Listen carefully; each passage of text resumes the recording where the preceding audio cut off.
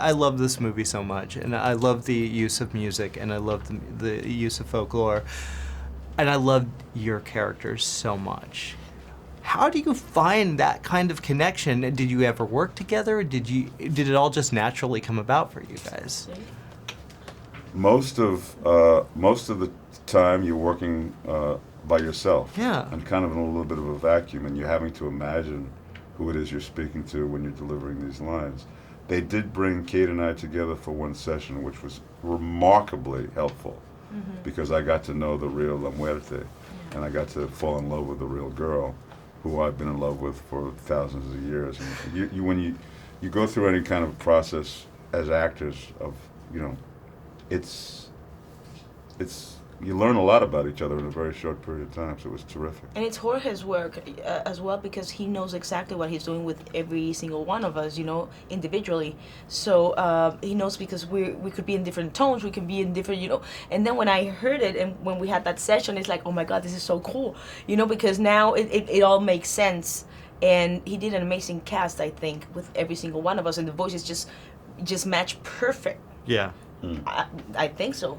I agree. Now, how the much whole cast is phenomenal. Zoe is Channing, Diego, and then Cube and Hector and Danny, and man, what a cast! It's a wonderful collection and it's a great collaboration too. I mean, there is a real energy here.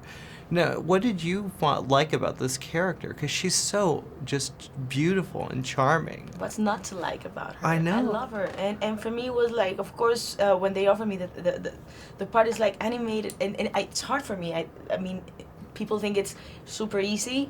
And for me, it was like, oh my God, I have such a bad time because it's hard for me, But I love it because it was Guillermo del Toro, always it's going to be a big thing and in Hollywood. And then my Mexican pride is like, hell yeah, of course I'm doing it. And then I saw La Muerte and I'm like, I want to be that.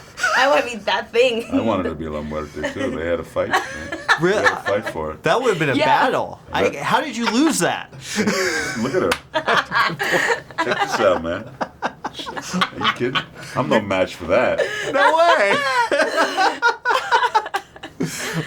And with your character, we discussed this a little bit earlier, but there's kind of that little playfulness about him that I think you brought to him specifically. Mm-hmm. What notes were you given, or did they just let you go, hey, do whatever you want, you know what you're doing?